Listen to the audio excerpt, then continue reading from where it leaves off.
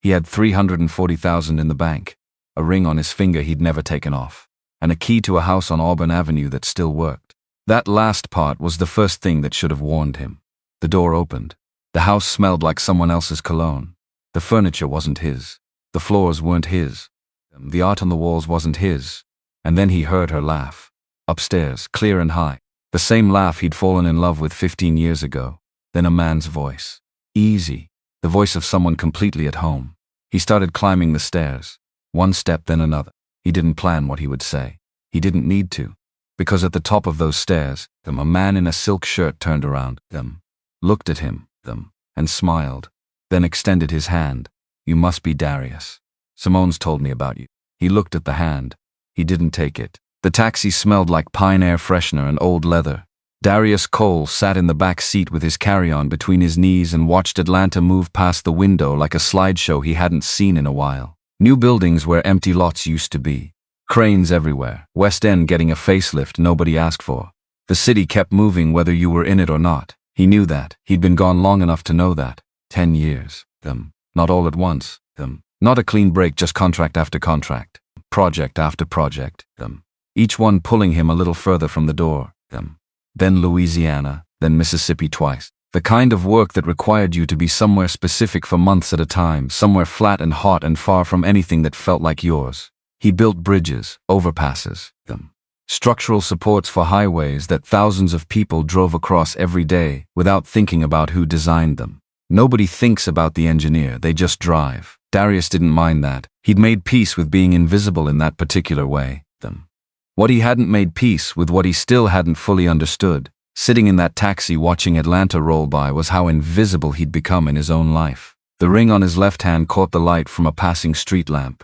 He hadn't taken it off in 10 years, and not once. Not when the work got hard, not when the distance got heavy, not when the calls got shorter and the silences got longer. He kept wearing it like it meant something. Like it was a tether. Maybe it was, maybe he just hadn't checked whether the other end was still attached. The driver turned onto Auburn Avenue and Darius sat up straighter. There it is, the Colonial. 2 stories, gray shutters, the oak tree in the front yard that Simone had planted the first year they moved in, back when they thought they'd be watching it grow together. It was taller now, fuller. The kind of tree that had clearly been watered regularly, tended to, cared for. Someone had been taking care of things here. He told himself that was a good sign. The taxi stopped. Darius paid, grabbed his bag and stood on the sidewalk for a moment just looking at the house. The front walkway had been redone, new stone pavers, clean edges, small solar lights on either side. The garden bed along the front had fresh mulch. The exterior had been repainted, a soft charcoal gray with crisp white trim. It looked expensive. It looked like someone with taste and money had been making decisions about this house. Simone always had taste. The money part was new. He walked up to the front door and reached for his kiss before he even thought about it. 10 years of muscle memory. He found the house key on the ring and slid it into the lock. It turned. He almost laughed. Of all the things he'd been bracing himself for: awkwardness, a long conversation, the particular discomfort of re-entering a life you'd been mostly absent from, he hadn't thought about the door just opening. Like nothing had changed, like he'd been gone a long weekend. He pushed it open and stepped inside and stopped. The living room he remembered was gone. Not redecorated. Gone. The IKEA couch they'd argued about assembling on a Saturday afternoon. The one that took 4 hours and caused their first real married couple fight, gone. The coffee table from the estate sale in Decatur, gone. The bookshelves full of Simone's teaching texts and his engineering manuals, the ones that covered an entire wall, gone. What was there instead looked like a showroom. Dark leather sectional, low profile. The kind that costs more than some people's monthly rent. A television mounted on the wall, massive, with a soundbar installed underneath it. Abstract art in heavy frames, the kind of art that says money without saying anything else. New floors, hardwood, dark stain, recently polished. The walls repainted, a deep warm tone that absorbed the light from the new pendant fixtures hanging from the ceiling. Darius stood in the doorway of his own house and felt like a stranger. Which, okay, fine. Simone had always wanted to update the place. He'd always said, sure, whenever you're ready, whenever we have the budget. He'd been sending money home every month on top of the mortgage payment. Money for the house, for her, for the life they were supposed to build together when he was finally done moving around. Maybe she'd used some of it to redecorate. Maybe that was all this was. He was still telling himself that when he heard her laugh. Simone's laugh, high and clear from somewhere upstairs. The laugh he'd fallen in love with before anything else, before her face or her voice or the way she always wore her hair down when she was relaxed. That laugh, in that house, should have felt like coming home. Instead, it felt like a warning. Because there was another voice, low, easy, the particular ease of a man who is completely comfortable in the space he's occupying. Not a friend visiting, not a relative in town, the kind of ease that comes from belonging somewhere. Darius stood at the bottom of the stairs and listened. Then he started climbing. He didn't think about what he was going to say. He didn't plan it out or rehearse it or tell himself to stay calm. He just went up, one step at a time, the way you approach something you already know is going to be bad but need to see anyway. The guest room door closed, the bathroom light off, the door to the master bedroom open just enough. And then he didn't see everything, he didn't need to. He saw enough Simone in the room she'd shared with him for 8 years before he left, and a man standing near the window, and the whole geography of the scene that said, plainly and without apology, that this was not new and not accidental. The man turned, 40-something, broad shoulders, a silk shirt that probably cost more than Darius's entire carry-on packed full. Gray starting to come in at his temples, the kind of gray that looked intentional, jaw like something carved, Rolex on the wrist, a gold chain at the collar. He had the face of a man who had never once in his adult life been told no and believed it. He looked at Darius, and he smiled, not a nervous smile, not a caught smile, a calm, controlled, this is actually fine smile. He extended his hand. You must be Darius. Simone's told me about you. Darius looked at the hand, didn't take it. Behind the man, Simone had gone completely still. She was wearing a robe, silk, champagne-colored, something Darius had never seen before. Her hair was down. Her face had lost its color. She was staring at Darius with an expression he couldn't quite name because he'd never seen it on her before. Not guilt, exactly. Not just guilt. Something more complicated. Something that had been building for a long time and had finally found a place to land. Jerome Fitch, the man said, dropping his hand without missing a beat. I'm Simone's, I know what you are, Darius said. His voice came out level. He was surprised by that. From the inside, it felt like everything was moving too fast and too slow at the same time, like the moment before a structural failure. When you can see it happening and your brain is processing and calculating, and your body just hasn't caught up yet. Jerome Fitch. He said the name to himself a few times, quietly, the way you file something. Darius, Simone said. Her voice was barely above a whisper. You weren't supposed to what, he said. Come home? She flinched. He hadn't meant it to land as hard as it did, or maybe he had. He didn't know. He turned and walked back down the stairs before anyone could say anything else. He needed a minute, just 1 minute. He went to the kitchen. And here is what he noticed. The kitchen was different too. New countertops, quartz, white with gray veining, the expensive kind, new appliances. A coffee machine that had more settings than his first car. Everything updated, everything upgraded. He stood at the counter and breathed. The window above the sink looked out onto the backyard. The oak tree back there too, the one they'd planted from a seedling after their first anniversary.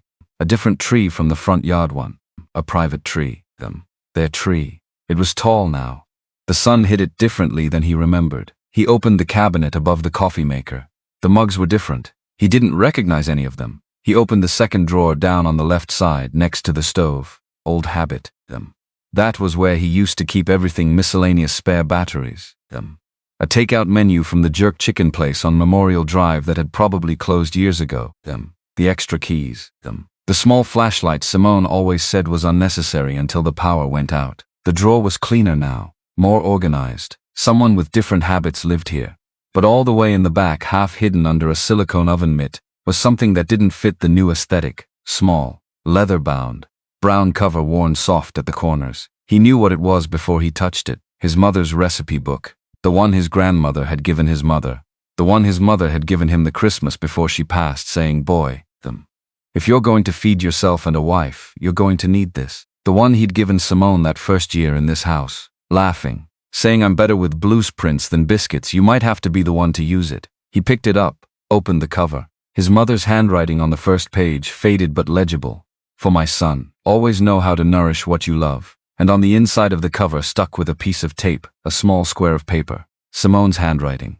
Neat, clear, the handwriting of a woman who spent her days writing on whiteboards for teenagers. For when he comes home. Darius stood in the kitchen with the book in his hands for a long time. Long enough that the refrigerator cycled on and off.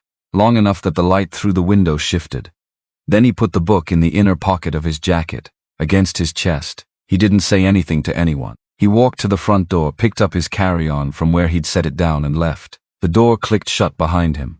He called a car on the app, stood on the sidewalk. The solar lights along the walkway were starting to glow, the afternoon dropping into early evening without asking permission. He looked at the house one more time. Then he looked away. The car came in 4 minutes. The Marriott in Buckhead was clean and neutral and asked nothing of him, which was exactly what he needed. He dropped his bag, sat on the edge of the bed, and opened his laptop. He told himself he was just going to check his email, personal email, the account he'd been neglecting for months, because everything work-related came through the company system and everything else bills, bank statements, anything that required his actual attention he'd been putting off the way you put off a phone call you know is going to be hard. He opened the inbox. It was worse than he thought, not because it was empty. Because it wasn't. There were hundreds of unread messages, promotions, newsletters, automated notifications, the usual noise of a neglected inbox. But mixed in, marked with the same sender address over and over, were emails he had absolutely never seen before.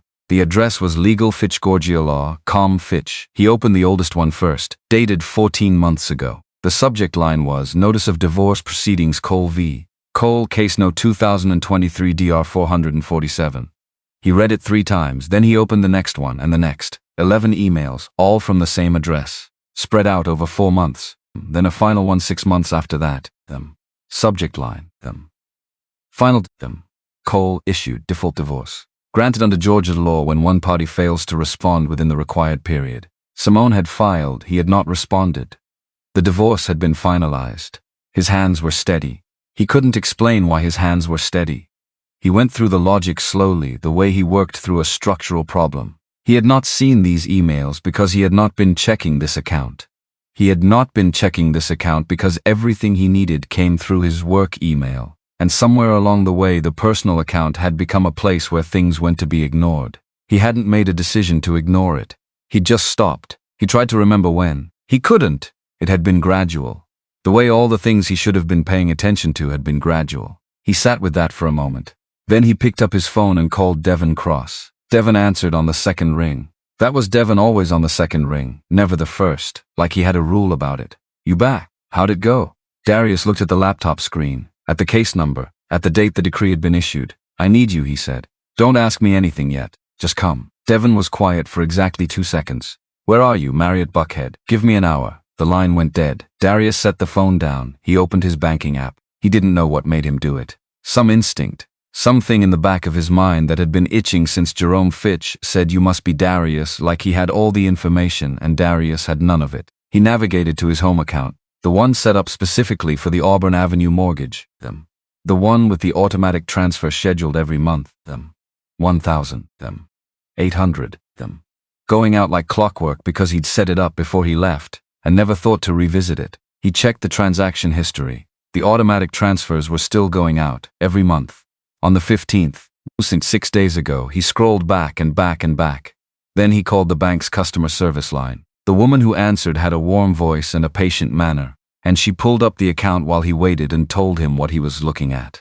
The mortgage on 847 Auburn Avenue had been satisfied, paid off in full, lump sum payment of $267,000, September 2022, 26 months ago. The account had remained open after payoff, converted to a standard checking account. Ownership on the account had been updated at that time. Current sole account holder Simone Carter Cole. The automatic transfers from his account had continued, because he'd set them up and never changed them and nobody had told him the mortgage didn't exist anymore. 26 months, $1,800 a month, $46,800. Darius ended the call, opened the Notes app on his phone, typed the number, 46,800. Then underneath it, Fitch Capital LLC, Because the bank had told him one more thing, when he asked who had made the payoff payment. The lump sum of $267,000 had come from a company, a limited liability company registered in Georgia, Fitch Capital LLC, same last name as Jerome. He put the phone face down on the bed, looked at the ceiling. He was not a man who panicked. It wasn't in his nature. When you worked in structural engineering, you learned early that panic was the most expensive thing that could happen on a job site. Panic made people make fast decisions. Fast decisions on a construction site got people hurt, so he breathed slow, in and out, the way he'd taught himself years ago. Then he picked the phone back up and texted Devon, room 412. Devon Cross arrived 53 minutes later, which for Devon was basically running. He was a big man, not tall, but solid, the kind of solid that came from decades of being the person in the room who handled things. He had a laptop bag over one shoulder and a coffee in each hand, and he walked through the door, handed Darius a cup without breaking stride, set the bag down, and pulled out the desk chair. "Start from the beginning," he said. So Darius did. He talked for 40 minutes. Devon listened without interrupting them. That was the thing about Devon, he listened the way most people didn't. The kind of listening where you could feel someone actually processing what you were saying, instead of just waiting for their turn. He took notes on a yellow legal pad he'd pulled from the bag. He asked 2 questions total. Both were about dates. When Darius finished, Devon looked at his notes. "Jerome Fitch," he said, "runs a family law practice in Fulton County. The payoff came from his LLC, Fitch Capital." Devon wrote it down. "Give me 48 hours. That's it? You don't want to? I never want to talk more than I need to." Devon closed the legal pad. 48 hours. Don't contact Simone. Don't contact him. Don't do anything. Darius wrapped both hands around the coffee cup. It had gone lukewarm, but he drank it anyway. "What am I supposed to do for 48 hours? Devon looked at him. "Think about what you actually want." Then he left. What did he actually want? Darius sat with that question longer than he expected. He ordered room service salmon, rice, nothing ambitious, and ate it at the desk while the city lit up outside the window. Atlanta at night was different from Atlanta in the day, softer somehow, more honest. He thought about the house, about the key turning in the lock. He thought about Jerome Fitch's hand extended toward him, and the particular confidence of a man who had never once considered that he might not be welcome. He thought about Simone's face. The way she hadn't looked at him, the way she had finally right before he left just for a second. Something in that look that wasn't only guilt, something that looked almost like relief, like a person who had been carrying a weight for a long time and had finally been allowed to set it down. He didn't know what to do with that. He thought about the recipe book against his chest, for when he comes home. He'd been sending money back to that house for 10 years. Mortgage payments, maintenance funds, the occasional extra transfer when he felt the distance and didn't know what else to do about it. He'd thought that was love. He'd thought that was how you held something together across thousands of miles. He was starting to understand that maybe he'd been wrong about that. Not wrong that the money mattered. It did. But money wasn't the same as presence. Money couldn't sit in the front row of a church. Money couldn't answer a phone at 2 in the morning when the loneliness got too loud. Money couldn't say, "I'm here." He'd sent every kind of support except that one. He poured himself a glass of water from the tap, stood at the window, watched the lights. He wasn't going to cry about it. He was 36 years old, and he'd been through enough job sites and enough hard weather, and enough of the particular education that comes from being a black man doing technical work in the American South, to know that crying about something while it was still in motion was a waste of time. You cry after, you don't cry during. During, you figure out what you're building. He went to sleep at 11, set an alarm for 6. He had work to do. The 48 hours felt like a week and also like nothing. He went to the gym in the hotel basement both mornings. Ate breakfast alone. Walked through Buckhead in the afternoons because walking helped him think, and the city was strange to him now in ways that were interesting rather than upsetting. Things had changed. Things had stayed the same. Auburn Avenue was still Auburn Avenue. Ebenezer Baptist was still standing. The Busy Bee Cafe on MLK Drive was still there, which felt important for reasons he couldn't fully articulate. He did not contact Simone. He did not look up Jerome Fitch online, even though his hand went to the search bar 3 or 4 times. He decided that whatever Devon found was going to be the information he acted on, not whatever he could dig up in a hotel room in an hour, half emotional and fully biased. On the evenings of the second day, Devon called. "You want the short version or the long version?" Long. Devon talked for 22 minutes. Darius didn't interrupt once. Jerome Fitch, attorney, family law, Fulton County, licensed in Georgia since 2007, partner at a firm that bore his name. Nice office in Buckhead. Darius could probably see the building from his hotel window if he looked south. Clean record on paper. But Devon hadn't stopped at paper. 14 cases in 6 years, 14 divorce cases in Fulton County where Jerome Fitch had served as the attorney for the wife.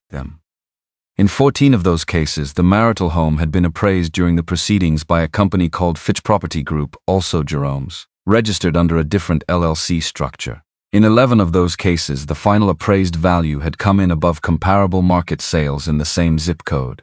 In 9 of those cases, Jerome had entered into a personal relationship with the wife during or immediately after the divorce proceedings. And in 7 of those cases, The marital property had subsequently been purchased at price between 20 and 30% below the inflated appraised value by shell companies with traceable ownership connections to Jerome Fitch. Darius was quiet for a moment. So he inflates the value, he said. Forces a higher buyout, then buys the property cheap after the fact through a company nobody's looking at. That's the pattern. And the wife thinks she got a fair deal. The wife got a man who was paying attention to her, Devon said. That's what she thought she got. The property stuff. He paused. She might not have known all of it. Darius said nothing. You're number 15, Devon said. Or Simone is. Depends on how you're counting. He wasn't sure how he was counting. He sat down on the edge of the bed. How solid is this? Solid enough to take to somebody better at the legal side than I am. Devon paused. I know a guy, Isaiah Grant. 34, does property and civil fraud. Good. Not flashy. Doesn't take cases he thinks he can't win. Set it up. Already did. He's expecting your call. Darius exhaled slowly. Devon, yeah, thank you. Don't thank me yet. Thank me when it's over. A beat. And Darius, whatever happened with Simone, that's a separate conversation. You understand me? Don't mix the two things up. One is about what he did. The other one is he stopped. That's yours to figure out. I know, okay. The line went quiet. Isaiah Grant's office was on Peachtree Street, which surprised Darius. A little Peachtree was expensive real estate. But the office itself was modest. Third floor of a building that had seen better decades. Good bones, as they said in construction. The waiting area had 2 chairs and a potted plant that was doing its best. The receptionist was a woman about 60, who wore reading glasses on a beaded chain, and looked at Darius with the practiced assessment of someone who had seen a lot of people come through that door in various states of trouble. Isaiah Grant came out to meet him personally. 34, which meant he looked about 28, slim, serious eyes. Handshake that didn't try too hard in either direction, not crushing, not limp, just there, present. Sit down, he said. Tell me everything. So Darius told him everything again, the house, the key, Jerome, the emails, the bank account, the $46,800, Devon's research on the 14 cases. Isaiah listened and made notes and asked 4 questions, all of them sharp. At the end he sat back and looked at Darius steadily. You can win this, he said. Darius waited. But I need to ask you something first. Isaiah set his pen down. What do you want out of this? Because that changes the strategy. I want the truth to come out somewhere he can't control it. Isaiah looked at him for a moment, considering, like he was checking whether the answer was real or just the answer Darius thought he should give. Then he nodded. That I can do, he said. But it's going to take some time, and there's going to be a moment where it might not go your way. You need to be prepared for that. I build bridges, Darius said. I'm used to things not going the way I planned. For the first time, Isaiah smiled. Just slightly. Oh, said. He picked up his pen. Let's build something. Outside the window of the 3rd floor office, Peachtree Street moved with the particular energy of a city that was always becoming something new. Cranes in the distance. Construction noise drifting up from 3 blocks south. Somebody somewhere putting up another building, another structure, another thing meant to last. Darius Cole sat across from Isaiah Grant and started talking. He had a lot to say. And for the first time in a long time, someone was actually listening. Isaiah Grant had a whiteboard in his office that was covered in handwriting so small it looked like a foreign language from across the room. Darius noticed it the second time he came in. First visit, he'd been too focused on talking to look around. Second visit, 3 days later, he had the presence of mind to actually see the room. And what he saw was a man who thought in systems, arrows connecting boxes, dates circled, names with question marks next to them, dollar figures with asterisks. The whiteboard looked like a blueprint. Darius felt, for the first time since he'd walked into that house and found his life rearranged, something close to calm. Because blueprints he understood. Isaiah was on the phone when Darius arrived. He held up one finger, give me a minute, and kept talking, low and precise. The kind of conversation that wasn't meant to be overheard. Darius sat down and looked at the whiteboard and tried to read the handwriting from where he was. He could make out Fitch Capital LLC, and underneath it, in a different color, Delaware registration. And underneath that, circled twice, same address. Same address as what? He couldn't see from across the room. Isaiah hung up. Devon's contact came through, he said, sitting down and opening his laptop in one motion. The tech side. He knows someone at Georgia Tech forensics background. Does consulting work for attorneys on digital evidence. She looked at the metadata on the emails. Darius leaned forward. And Isaiah turned the laptop screen toward him. 11 emails, the ones from legalfitchgorgelaw.com. The ones Darius had found sitting unread in his personal inbox, spanning across 4 months, each one a legal notification about the divorce proceedings he'd never responded to. On the screen was a spreadsheet, 2 columns. Column 1, the sent date as it appeared in Darius's inbox. Column 2, the actual creation date pulled from the metadata buried in the email's routing headers. Every single email in column 2 showed the same date, one date, 15 months ago, October 14th. They were all created on the same day, Darius said. All 11, created October 14th, then scheduled to send at intervals over the following 4 months. Designed to look like a real ongoing legal process. Isaiah closed the laptop. It wasn't a process, it was a performance. Can that be proven in court? That's what she's preparing the report for. Yes, the metadata doesn't lie. You can argue about a lot of things in a courtroom, but raw digital data is harder to spin. He picked up his pen. There's more. Of course there was more. Darius had stopped being surprised by more. He just sat and waited for it. The VPN routing on those emails traces back to a server registered in Delaware. Same state where Fitch Capital LLC was originally organized before it domesticated to Georgia in 2021. Isaiah paused. Same registered agent on both documents.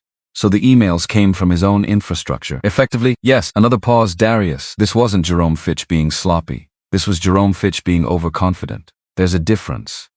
Sloppy means he made mistakes he didn't know he was making. Overconfident means he made shortcuts he didn't think anyone would ever look at closely enough to catch. He didn't think I'd come back. Isaiah looked at him.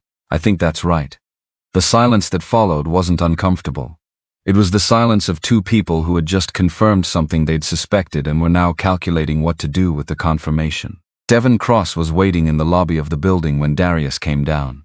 He had coffee again. The man was incapable of going anywhere without it, and he fell into step beside Darius as they pushed through the glass door onto Peachtree Street. Isaiah, brief you, Devon said. Yeah. Good, because I've got something else. He handed Darius a coffee cup and kept walking. This was Devon's preferred method of delivering difficult information. In motion outside. Where you couldn't stop moving without making a conscious decision to stop. 14 cases we found.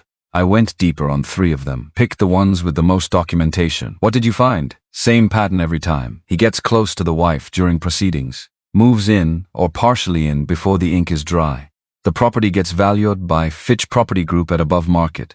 The husband gets squeezed on the buyout, either pays too much to keep the house or sells at a price that benefits Jerome in some indirect way down the line. Devon stopped at a crosswalk. Looked both ways out of habit even though the light was green. But here's the thing I didn't expect. Darius waited. 2 of the 3 guys, as I looked at deeper, they knew something was wrong. They tried to say something. Filed complaints with the Bar Association, wrote letters. One of them went to the DA. And nothing. Insufficient evidence both times. One complaint was dismissed outright. The other one was investigated and closed with no finding of misconduct. Devon shook his head slowly. Jerome Fitch has survived this before. He knows how much he can push because he's already tested where the line is. Darius absorbed that. The light changed. They kept walking. He's not going to be easy to stop, Darius said. No, Devon agreed. But you've got something the others didn't. Which is what? Devon glanced at him sideways. The money trail, the $46,000. That's not a divorce dispute. That's not a property valuation argument. That's a wire transfer from your account into a personal account belonging to your ex-wife for 26 months after the mortgage it was supposed to service no longer existed. He let that sit for a second. That's a crime, Darius. That's straightforward financial fraud. The other cases were messy. Gray areas. Things Jerome could argue about in front of a judge. This one is clean. Clean. Darius thought about the bank statement. The column of $1,800 withdrawals going out on the 15th of every month, reliable as a heartbeat, for 26 months, into an account he hadn't known existed. Clean was relative. It didn't feel clean from the inside. But he understood what Devon meant. Isaiah filed the emergency motion on a Thursday. Darius knew it had been filed because Isaiah texted him at 11:47 in the morning. Filed. Now we wait. The waiting was its own kind of work. Darius had never been good at waiting. In construction, waiting meant weather delays or permit holds or supply chain problems, necessary evils, things you managed around. But this kind of waiting, the kind where the next move belonged to someone else and you had no control over the timeline, was different, harder. He spent the days in the hotel room and outside it in roughly equal measure. He walked. He ate at places on MLK Drive and Auburn Avenue because he wanted to be in that part of the city, wanted to feel the neighborhood around the house he'd bought and paid for and apparently no longer legally owned in the way he'd assumed he did. He sat in the Busy Bee Cafe one afternoon and drank sweet tea and watched people come and go and thought about what Devon had said. That's yours to figure out, meaning Simone, meaning the marriage, meaning the 10 years of distance that had somehow quietly dismantled something he thought was still standing. He'd thought about it constantly since he got back. Turned it over the way you turn over a load-bearing problem, looking for where the stress was distributed, where the weight had been sitting too long, where the structural integrity had quietly compromised itself without anyone noticing. And here was the thing that kept coming back to him, the thing he couldn't engineer his way around. He had left. Not metaphorically, actually, physically, them. He had accepted the first contract when the money was too good to say no to, them. And then the second when the project was too interesting, them. And then the third because by then it had become the pattern of his life, and breaking the pattern felt like loss even though staying in it was also loss, them. Just a slower kind. He'd sent money, he'd called. He'd video chatted from cramped trailers on job sites in Texas heat with bad Wi-Fi. He'd thought that counted, he'd thought intention was the same as presence. It wasn't. He knew that now. He'd known it for a while. If he was honest, known it since the funeral. Since watching Simone sit in that church with a phone propped on the seat beside her instead of a husband. But knowing it and doing anything about it had been two different things.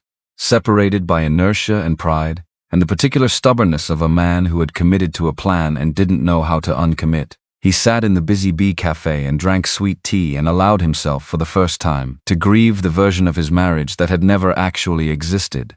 The version where the distance didn't matter, where money was enough, where you could be 1,200 miles away from someone for a decade and come home to find everything waiting for you exactly as you'd left it.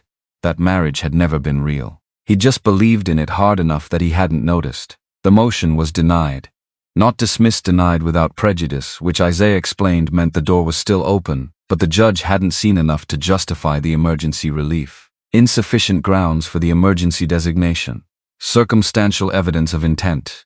They were standing in the hallway outside the courtroom on Pryor Street. The building was all marble floors and fluorescent lights, and the particular acoustic quality of a place designed to make everything sound slightly more serious than it was. Darius had taken off his jacket, was holding it over one arm.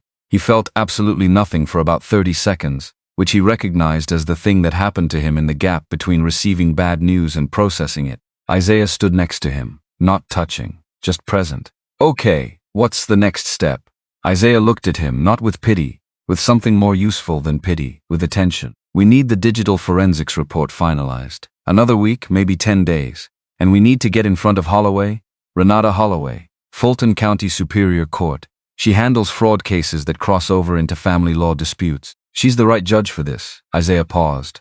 She's not impressed by smooth-talking attorneys with nice suits, if that's relevant.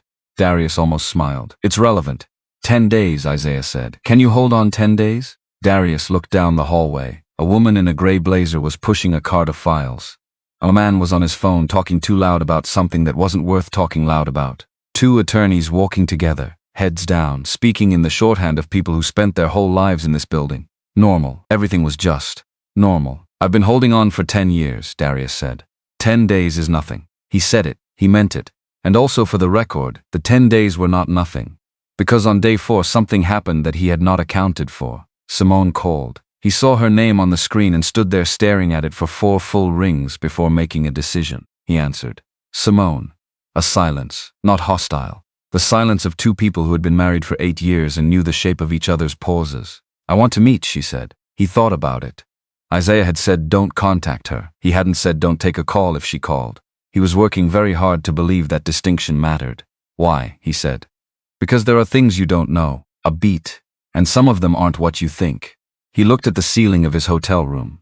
The AC unit was cycling on. The curtains were half open and the Atlanta afternoon was doing something orange and gold outside the window. Busy Bee, he said. Tomorrow. 2 o'clock. Okay, that was all.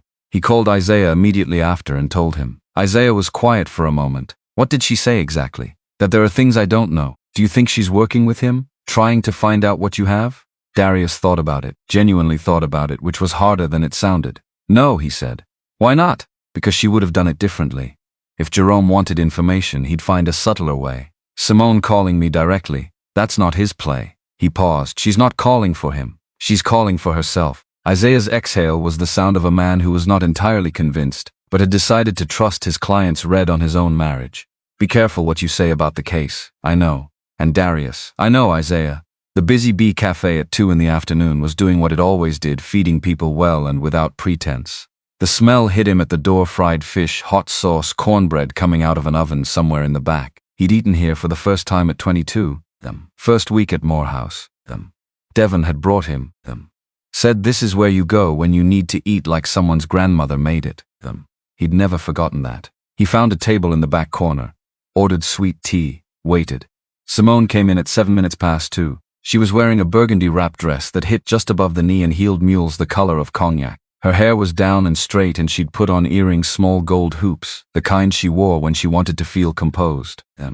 She looked objectively, the way she had always looked, like the kind of woman who walked into a room and the room noticed. She saw him, came straight to the table, no hesitation. She sat down, he looked at her, she looked at him, neither of them said anything for a moment. You look tired, she said finally. Hotel beds, he said. Something moved across her face, quickly, gone before he could name it. The server came.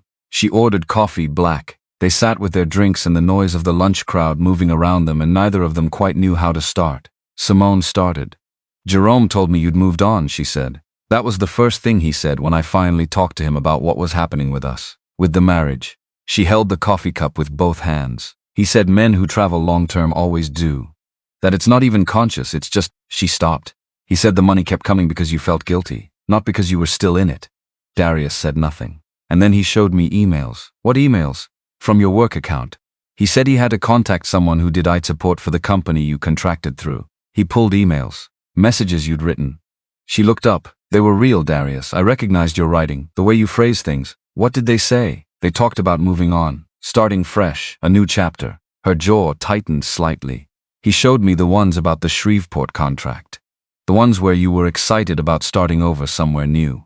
He cropped them, cut out the context. I didn't know they were about a construction contract. You thought they were about me.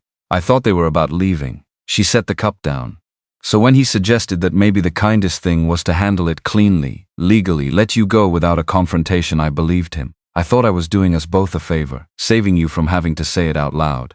Darius looked at her. She met his eyes and didn't look away. That took something. He could see it taking something. I didn't know about the LLC, she said. The Fitch Capital thing. I didn't know he paid off the mortgage. He told me a client of his had invested in the property as part of a tax arrangement, that it was complicated, that I didn't need to worry about it. I didn't ask enough questions. She pressed her lips together. I should have asked more questions, Simone. The account, she said. The one your transfers went into. Jerome set it up. Told me it was an escrow account for the property settlement process. That it was standard practice to hold funds there during proceedings. Her voice stayed level, but something underneath it wasn't. I didn't know it was your mortgage money. I thought it was a legal holding account. She stopped again. I believed him, Darius. About everything. I believed him because I was so desperate to believe that the situation made sense, that I wasn't just being abandoned without explanation. The cafe noise continued around them. Somebody laughed loudly near the front. A spoon clinked against a glass. He showed me documents, she went on. Filed papers. Everything looked official. I thought the divorce was straightforward, contested on no grounds because you hadn't responded. That's what he told me, that your silence was consent. My silence was an email account I hadn't checked in months, I know that now. He looked at her for a long time. Long enough to see the things she wasn't saying, the spaces between the sentences where something more complicated lived. He targeted you, Darius said. It wasn't a question. Her throat moved, yes. Knowing the marriage was strained. Knowing I wasn't around. Yes, and knowing that if he could make you believe I'd already left, he wouldn't be breaking anything, she finished, quietly.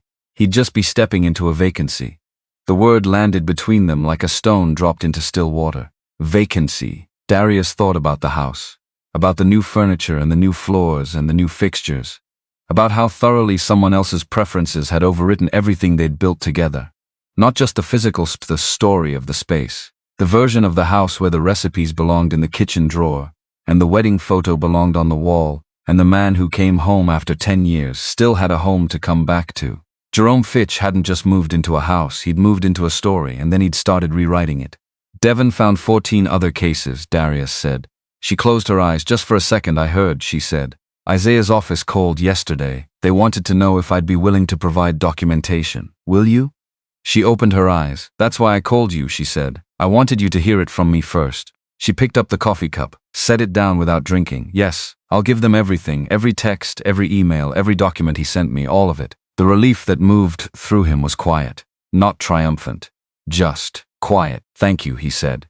She shook her head slightly, like she didn't want to be thanked. Like being thanked for doing the right thing when you'd spent months doing the wrong thing was its own kind of punishment. They sat for another 20 minutes, not talking much, just sitting. The way people who have known each other a long time can sometimes sit with the weight of things without having to fill the air with words about it. When she left, she didn't say goodbye. She touched his hand briefly on the table, just a second, just fingers on the back of his hand, and then she stood and walked out through the door onto Martin Luther King Jr. Drive and the afternoon swallowed her up. Darius sat with the sweet tea going watery from ice and thought about bridges, not the kind he built, the other kind, them. The ones you had to burn because you'd already built the wrong thing in the wrong place, and no amount of reinforcement was going to fix a bad foundation. He paid the check and left. The forensics report came in on a Tuesday, 9 days after the first motion was denied. 43 pages, appendices, them. The kind of document that had weight to it in the literal sense, them. When Isaiah printed it and set it on the conference table and said, "Read it, them. All of it, them. So you understand what we're walking in with." Darius read it, all of it. The technical language was dense, but he was an engineer. He was used to reading specifications, them.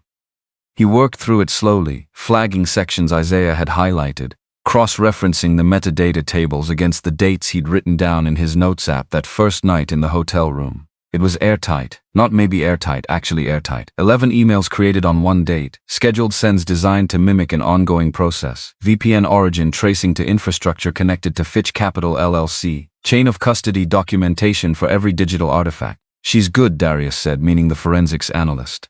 "Very good," Isaiah confirmed. "She's testified in federal cases." "When do we go back?" "Friday. Holloway's docket. 2 days. He spent the time doing something he hadn't done since he got back. He drove around Atlanta, not walked, drove. Got in the rental car he'd finally picked up and moved through the city with no specific destination, just moving. Through West End, where he'd grown up. Past the elementary school he'd gone to, different name on the building now but same bones. Down toward Decatur, back up through Buckhead. Through Midtown, where cranes were turning the skyline into something unrecognizable every time you blinked. He drove past Greater Ebenezer AM on his way back toward Buckhead, pulled over, sat there looking at the building, them. He'd been inside that church twice, once for Simone's mother's funeral, them, which he'd attended only through a screen, them, and once years before that, them, for a deacon's Sunday that Simone's mother had insisted they come to. He remembered the sanctuary, high ceilings, the smell of old wood and good perfume and something like certainty. The way the organ sounded on the first note before anything else, like it was clearing its throat. He thought about what it would have felt like to sit in that pew, actually sit, not watch on a 3-inch screen from a trailer in Louisiana. He thought about what it would have cost him. 1 plane ticket, 3 days off the job, a conversation with his project manager that would have been uncomfortable but survivable. That was it. That was the entire price, and he hadn't paid it. He sat outside the church for a while and let himself feel the full weight of that, not to punish himself, not to spiral into it, just to feel it clearly once, so it couldn't follow him around as something unacknowledged. Then he put the car in drive and went back to the hotel. Friday came. Judge Renata Holloway's courtroom was on the 4th floor, smaller than Darius expected. Wood paneling, state flag, the low hum of a building that processed human trouble all day every day and had developed a kind of institutional calm about it. The gallery was half full, other attorneys, a few people who looked like they were waiting for cases scheduled after this one. Jerome Fitch was already there when Darius and Isaiah came in. Different suit today, navy, almost black, pocket square. His attorney was a woman about 50 in a charcoal blazer who had the kind of posture that said she'd been in courtrooms longer than most of the other people in the room. She was sharp. Darius could see it from across the aisle. Jerome didn't look at Darius when they entered. He was looking at his phone, something he set down and pocketed when his attorney touched his arm. That was interest-looking, them. The first time they'd been in the same space, them. Jerome had looked at him directly, them. Confidently, them, and extended his hand, them. Now he was finding reasons to look elsewhere. That was interesting. Simone was seated separately, them. Near the front, them. With a different attorney, a woman Devon had helped connect her with.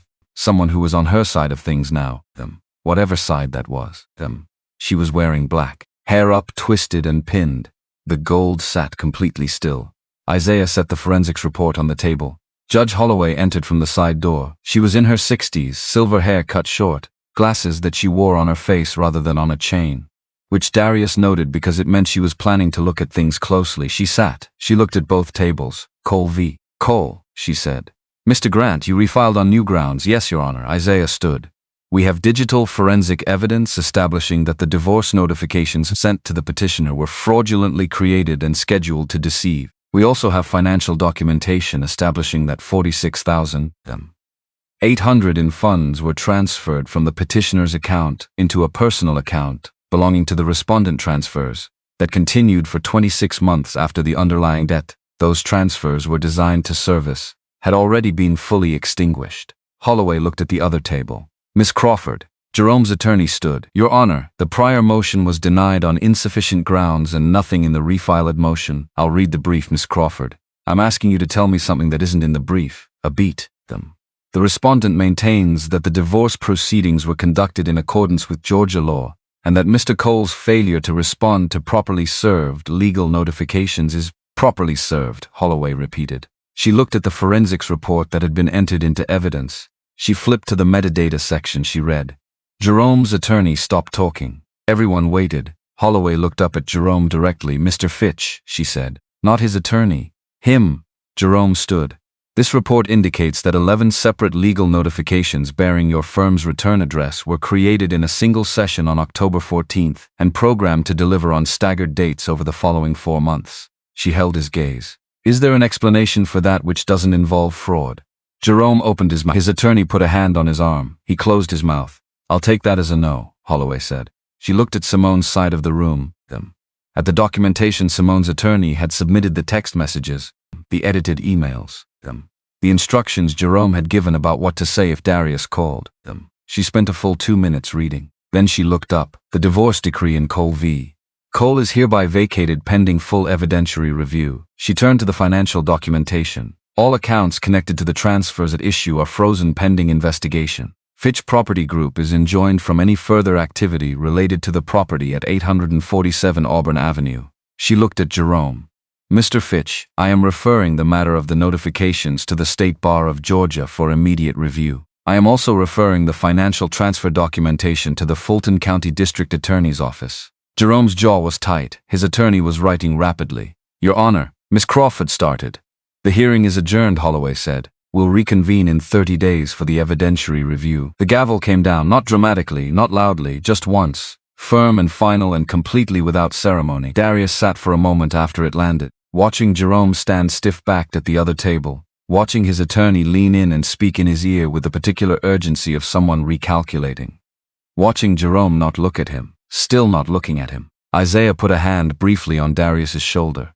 Said nothing, just that. Darius stood, picked up his jacket, buttoned it. He walked out of the courtroom into the 4th-floor hallway and stood by the window that looked out over Pryor Street and breathed. The city was doing what cities do. Moving, indifferent, beautiful in its indifference. Devon appeared next to him. He hadn't even been in the courtroom, but he'd been in the building, because Devon was always in the building. And he held out a cup of coffee without looking at Darius. Darius took it. They stood there together for a while, not talking, looking down at the street. It's not over, Devon said. I know, 30 days, evidentiary review, DA's office. This goes on for a while. I know. You good? Darius thought about that question, seriously considered it, which was more than he usually did when someone asked it. Getting there, he said. Devon nodded. That was enough for Devon. They stood at the window a little longer. The coffee was hot. The city was loud. Somewhere in that building, behind a closed door on the 4th floor, Jerome Fitch was having a very different kind of afternoon than he'd planned. And Darius Cole was still standing, which was, for now, enough. The 30 days after Judge Holloway's ruling were the strangest of Darius Cole's life, not the hardest. The hardest had been that first night in the hotel room. Sitting with a banking app open and a number on the screen that changed everything. Not the loneliest. The loneliest had been somewhere around year 7 on a job site in Mississippi, watching a crew celebrate a project completion and realizing he had nobody to call who would understand why it mattered. These 30 days were strange because they were quiet. After years of motion, contract to contract, city to city, always somewhere specific for reasons measured in deliverables and deadlines, the quiet felt almost foreign, like a frequency he'd forgotten how to receive. He woke up in the Marriott every morning with no job site to get to, no foreman waiting, no structural problem requiring immediate attention. Just Atlanta, just the window, just time. He started walking in the mornings, early, before the city got loud. West End first, because that was where he was from, and something about going back to the neighborhood where he'd learned what it meant to be a Cole felt necessary, like checking a foundation before you build anything new on top of it. The streets were different and the same. Buildings gone, new ones up, businesses that had been there 30 years replaced by something with a different name but similar purpose. But the bones were there, the bones were always there. He walked past his mother's old house on Ashby Street, stopped, different color now, dark blue instead of the cream she'd always kept it. A bicycle on the porch, which meant a family, which meant the house was still doing what it was meant to do. He stood there and thought about her, about the recipe book he'd been carrying in the inner pocket of his jacket since he took it from the kitchen drawer on Auburn Avenue. He thought about her handwriting on the first page. For my son, always know how to nourish what you love. He'd known how to provide. He genuinely believed providing was the same as nourishing. It wasn't. Providing was something you could do from 1,200 miles away. Nourishing required presence. Required sitting next to someone in the front pew of a church. Required being there for the small, ordinary things that didn't feel important until they were all you had left. He'd sent every kind of support except that one. He walked on. Isaiah called on a Wednesday morning, 3 weeks into the 30 days. The DA moved faster because of Calvin Bridges, he said. Darius stopped walking. The retired teacher Devon mentioned, that's him, 58, Decatur. His ex-wife was Jerome's client 3 years ago, same pattern, different house. Property overvalued, paid off through Fitch Capital. Calvin ended up in a buyout that cost him $41,000 more than fair market. Isaiah paused. He filed a bar complaint 2 years ago that went nowhere. But he kept everything, every document, every email, every receipt, 3 years of records in a binder. Devon had said it so briefly when he'd laid out the 14 cases. One of them kept records, just waiting. Darius had filed it away without knowing how much it would matter. When our case came up, Isaiah continued, he reached out to the bar and the DA himself. Showed up with that binder. His documentation plus ours is what pushed the criminal complaint through. Darius stood on a sidewalk in West End in the November morning and let that land. A man he'd never met. Who had lost his own money, his own time, something harder to name than either. Who had sat with his binder for 3 years because he believed that eventually someone else would come along with a story that matched his. He was right. I want to meet him, Darius said. I'll get you his number. He called Calvin Bridges that afternoon. The man had a voice like someone who had spent decades getting teenagers to pay attention, deep, unhurried. The kind of voice that didn't rush itself because it had learned that rushing didn't help. I heard about your situation, Calvin said. I'm glad you came back. I didn't know what I was coming back to. No, but you came back anyway. A pause. That matters more than people think. They talked for 20 minutes. 2 men who had never met, connected by the thread of having been worked the same way by the same person in the same city. At the end, Calvin said something Darius kept returning to in the days that followed. You know what bothered me most? Not the money. The money was bad. But what bothered me most was that he knew. He studied the gap and walked into it. Another pause. I had to learn that the gap was mine to own. Not the whole thing, but some of it. Yeah, Darius said, I'm working on that part. Calvin said, aren't we all? The Georgia State Bar investigation was not a quiet thing. 3 weeks after the hearing, a criminal complaint was filed. Wire fraud. 2 counts. The kind that got reported on the evening news briefly between a water main update and a weather forecast. Devon texted at 6:14 in the morning, it's on WSB. Darius read the article on his phone. Jerome Fitch's professional headshot on the screen, the charcoal background, the confident jaw. The jaw looked different in a news graphic. Strange how context changed a face. Isaiah called at 7. The bar is moving separately and the DA is moving fast. With Calvin's documentation plus ours, there's no ambiguity about pattern. This isn't one bad case, this is a method. What does that mean for the timeline? It means Jerome Fitch is not going to be practicing law in this state again. And the properties, the ones he acquired through the shell companies, those are getting unwound, a beat, including yours. The house is clean, Darius. It's going to stay clean. Darius was quiet for a moment. The restitution, he said, when it comes through, I want to do something with it. What kind of something? So I want to talk to Calvin Bridges first. Then I'll tell you. The evidentiary review came on a Friday, 5 weeks after the first hearing. Holloway had everything, the forensics report, the financial records.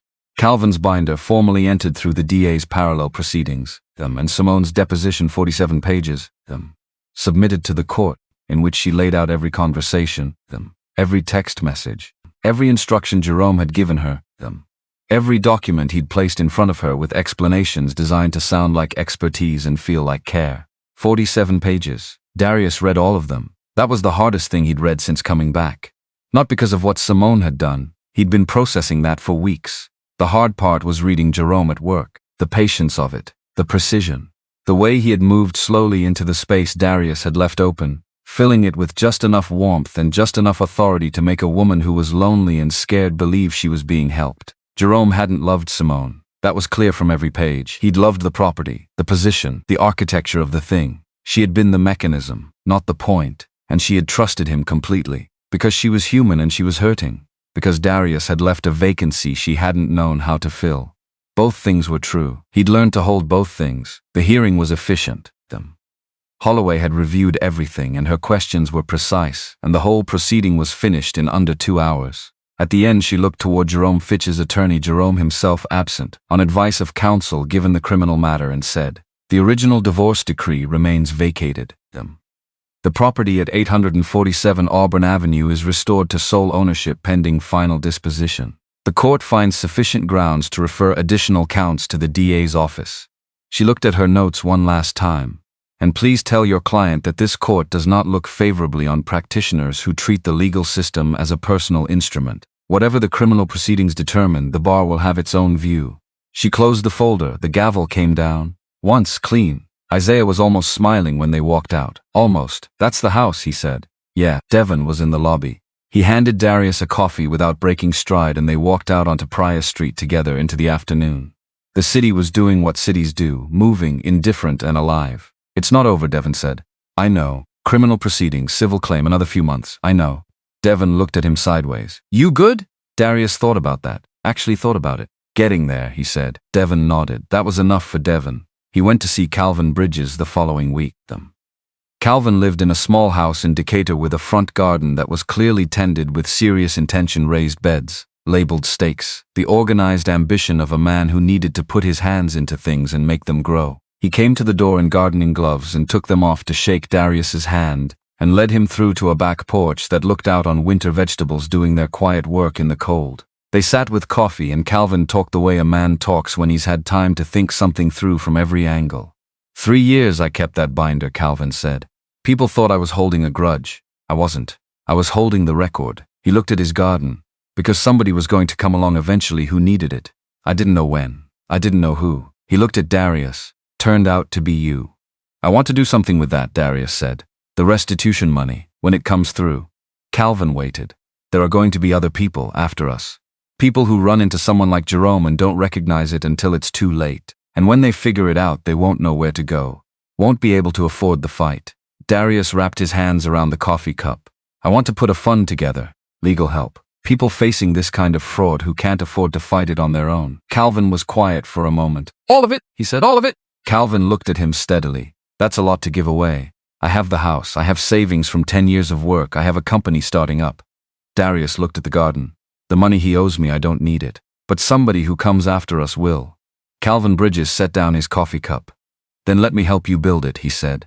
"I know what people need when they're in the middle of it. I know the gaps." Darius nodded, and that was how it started. Not with ceremony, not with a press release. 2 men on a back porch in Decatur, talking about what they'd lost and what they could make from it. The Bridges Cole Legal Access Fund. Named in that order because Calvin had been waiting 3 years longer. Cole Structural Consulting opened its doors in January. The space on Auburn Avenue had taken 6 weeks to get right. Ground floor of a building he'd found through a listing, former retail space, good bones, south-facing windows that pulled in the winter light, and a structural problem in the building itself that the owner had been deferring for years. Patricia Howard had owned that block since the early 90s. Her father had owned it before her. She came to the walkthrough in good shoes and a no-nonsense expression, and watched Darius move through the space with his equipment and his notebook, and she asked him one question. "You're the engineer?" "Yes, ma'am." She looked at the quote he'd put together for the remediation work. "Do the work," she said. "First year rent is reduced by half." He fixed the building. Then he moved into it. Devon Cross helped him paint on a Saturday in December. 2 men in old clothes, rollers and drop cloths, music from Devon's phone filling the empty rooms. They painted all day and ordered food and ate it sitting on the floor, because there was no furniture yet. And Devon looked around at the fresh walls and the afternoon light coming through the old windows and said, "This is right." 2 words. But from Devon, 2 words was a speech. The first contract was pro bono, Greater Ebenezer AM. West End. The building needed a structural assessment and a remediation plan, foundation issues on the south side that had been deferred too long. The way important things get deferred when money is tight and the problem isn't visible from the outside. The church board had been raising funds for years without knowing exactly what they were raising them for, because they couldn't afford the engineering assessment that would tell them. Darius went in with his equipment and his notebook and spent 2 full days going through the building. Every wall, every load point, every inch of the south foundation where the stress had been concentrating itself quietly for too long, doing damage nobody could see. He wrote a report.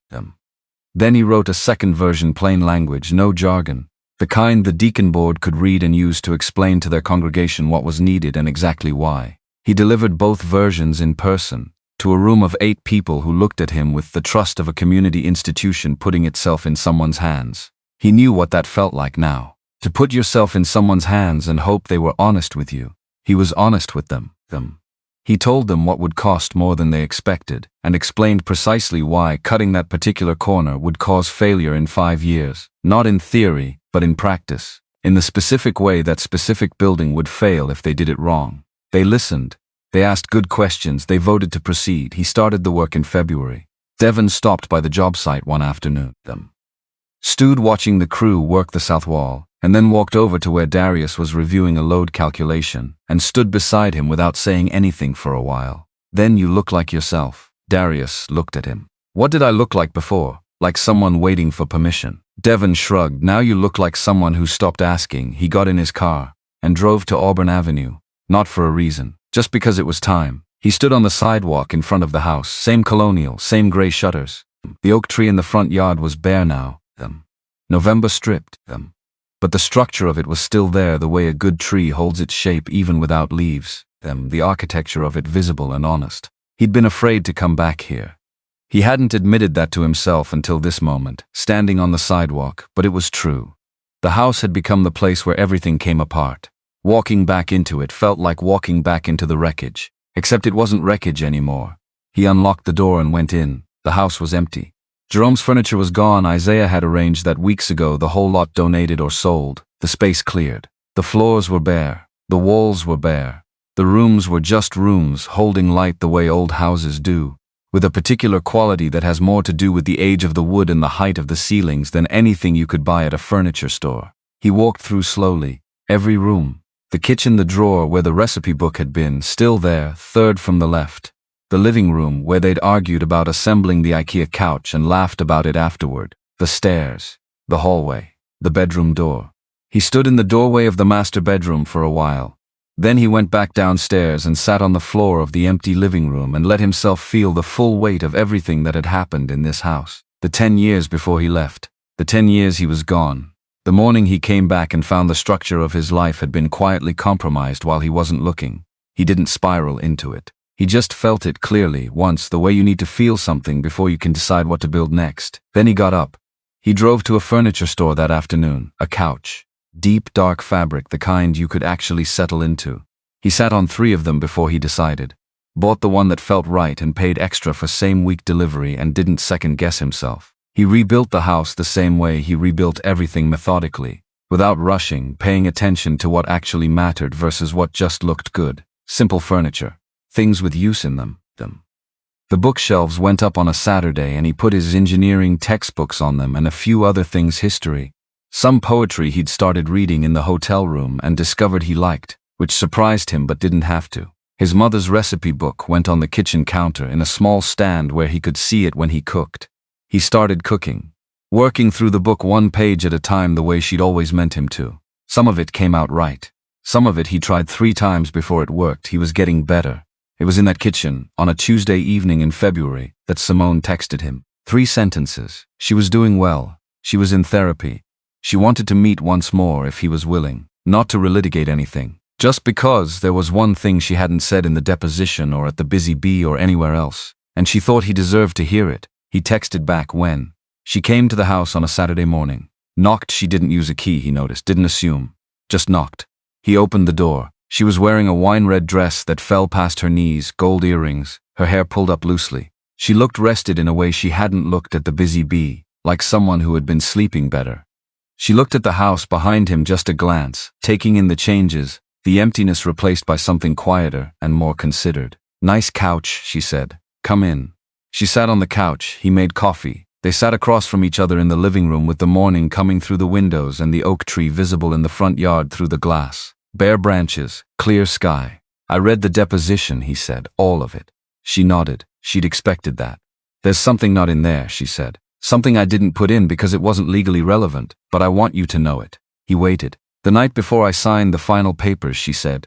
Jerome was at the house. We were going through the last documents, and my phone rang. She looked at him directly. It was you. He went still. Your name came up on the screen, and she stopped, tried again. I wanted to answer it. I was holding it in my hand and I was about to pick up. And Jerome said, don't.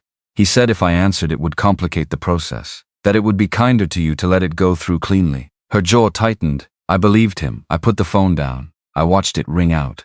The silence in the room was complete. Darius looked at his hands. He remembered that call. He'd been sitting in the parking lot of a gas station outside Baton Rouge, heading back to the job site after a supply run. He'd called because it was her birthday in 3 days, and he'd wanted to say he was coming home. That he was done. That he'd booked the flight. He'd called because he was finally ready to say the words out loud. She'd let it ring out. He sat with that, not with anger. The anger would have been easier, and it wasn't what he felt.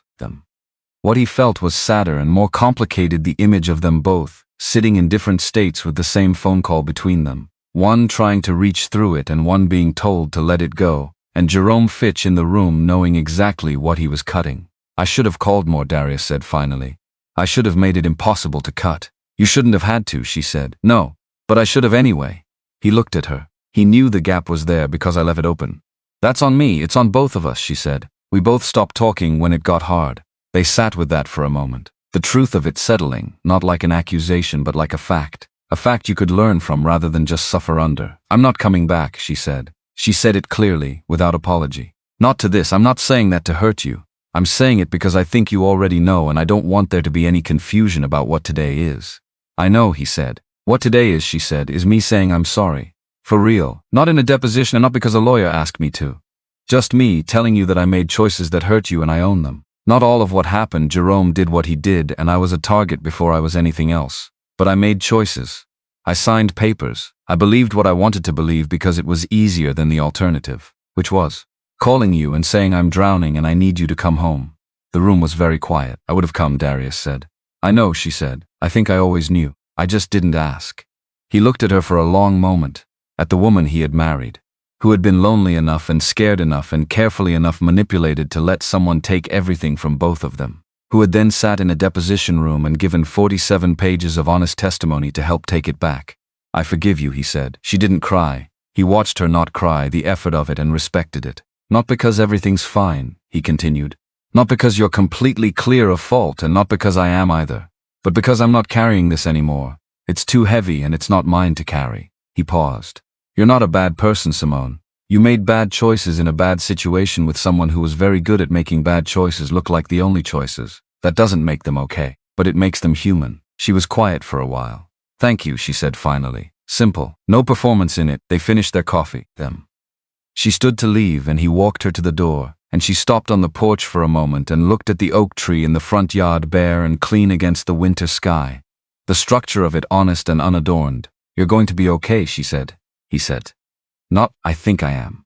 She walked down the porch steps and got in her car and drove away down Auburn Avenue. He stood on the porch for a while after she was gone. The street was quiet. Someone further down was raking leaves. A dog was barking at something it had decided was worth barking at. The light was the particular flat white of a February morning that doesn't commit to anything dramatic but is honest about what it is. He was okay, more than okay. He went back inside. The criminal case resolved 6 weeks later. Jerome Fitch accepted a plea. 2 years county facility, restitution to multiple victims. The number was significant. The bar proceedings moved separately and with the thoroughness of an organization intent on demonstrating consequences. Jerome's license was suspended and everyone involved understood the suspension would become permanent. Fitch Capital LLC dissolved. Fitch Property Group dissolved. The shell companies identified, their assets frozen. The properties being unwound case by case. It unraveled. Not quickly or dramatically, steadily, the way things unravel when someone finally pulls the right thread. The restitution came through in April.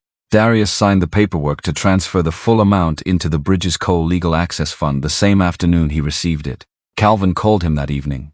It's done, Darius said. A pause on the line. Your mother would have approved, Calvin said.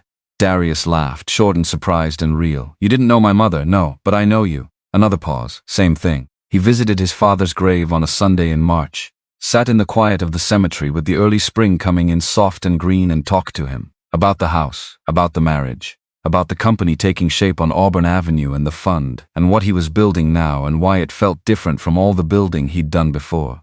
His father always had things to say. Sitting with the absence of those things was its own kind of conversation. He was present for it. That was the whole point. Cole Structural Consulting got its first paying contract in March. A commercial building in Midtown with a foundation issue the previous engineers had missed. The owner had been living with it for 2 years, patching and hoping. Darius went in, assessed it properly, told the owner exactly what it was and what it would take to fix it, and what would happen if they kept patching instead. The owner hired him on the spot. By April there were 3 paying contracts and 2 more in conversation.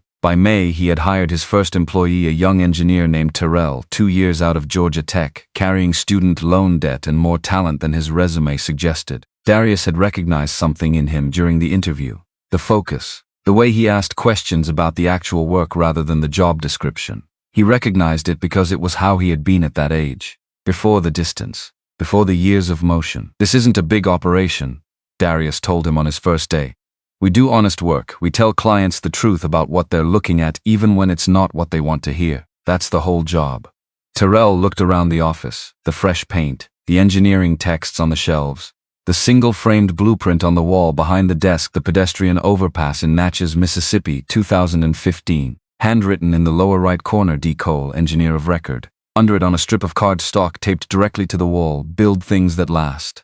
I can do that, Terrell said. I know, Darius said. That's why you're here. Devon stopped by on a Friday evening in May with food from the spot on MLK Drive.